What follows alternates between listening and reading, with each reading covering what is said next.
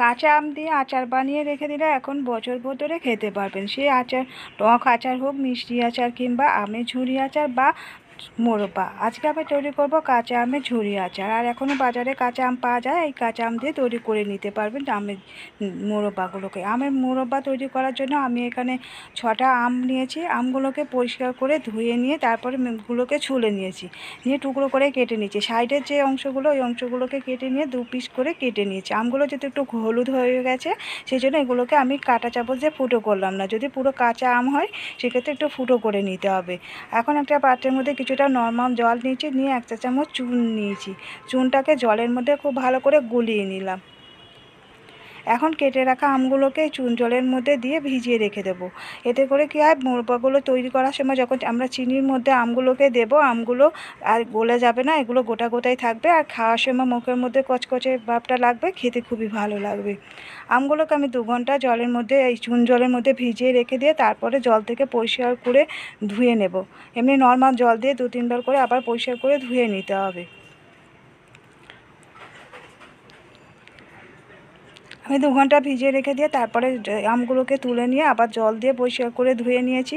নিয়ে এখন এইগুলোর মধ্যে আবার চিনি মাখিয়ে রেখে দেবো।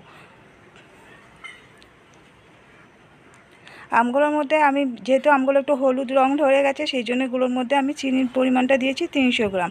এবারে আম কতটা পরিমাণে মোরব্বা তৈরি করবে সেরকম বুঝে চিনিটা অ্যাড করতে হবে। কিংবা অনেক আম হয় খুব টক, সেক্ষেত্রে চিনির পরিমাণটা একটু বেশি লাগে।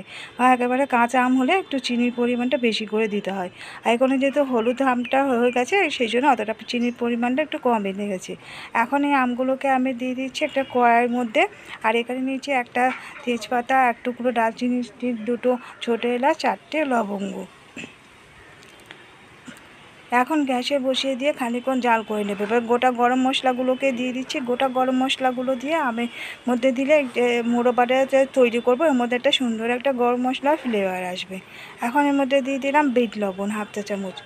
বিট লবণটাকে দিয়ে আবারও খানিকক্ষণ মিশিয়ে দিয়ে এটাকে জাল করব। আর এই মোরব্বা তৈরি করার সময় যদি কাঁচা আম হয়, মানে একটু সবুজ আমগুলো হলে একটু কাঁটা চামচ দিয়ে সেগুলোকে ফুটো ফুটো করে নিতে হবে, যাতে করে মিষ্টিগুলো খুব ভালোভাবে এর মধ্যে ঢোকে। এখন এর মধ্যে দিয়ে দিচ্ছি ভিনিগার। ভিনিগারটা যদি আমটা সংরক্ষণ করে রেখে দিতে দেবেন মনে করেন, সেক্ষেত্রে ভিনিগার দিতে হবে। আর যদি মোরব্বাগুলো বানিয়ে খেয়ে নেওয়া হয়, তাহলে এই ভিনিগারটা দেওয়ার প্রয়োজন নেই। ভিনিগার আমি 1 চা চামচে 2 চামচ দিয়ে দিলাম। ভিনিগারটাকে দিয়ে খুব ভালো করে আবার একটু মিশিয়ে দিয়ে একটু জাল করে নেব। ভিনিগারটা দেওয়ার পরে আর খুব বেশিক্ষণ এটাকে রাখবো না। এখন নামিয়ে নিয়েছি। নামিয়ে এখন এটাকে ঠান্ডা করে নেব। মোরব্বাটাকে ঠান্ডা করে নিয়ে কাঁচের কোনো জারের বা বয়মে রেখে দিলে অনেক দিন অবধি সংরক্ষণ করে রেখে দেওয়া যায়। ফ্রিজে রাখলে তো অনেক দিন অবধি থাকে, বাইরেও এমনি রেখে দেওয়া যাবে।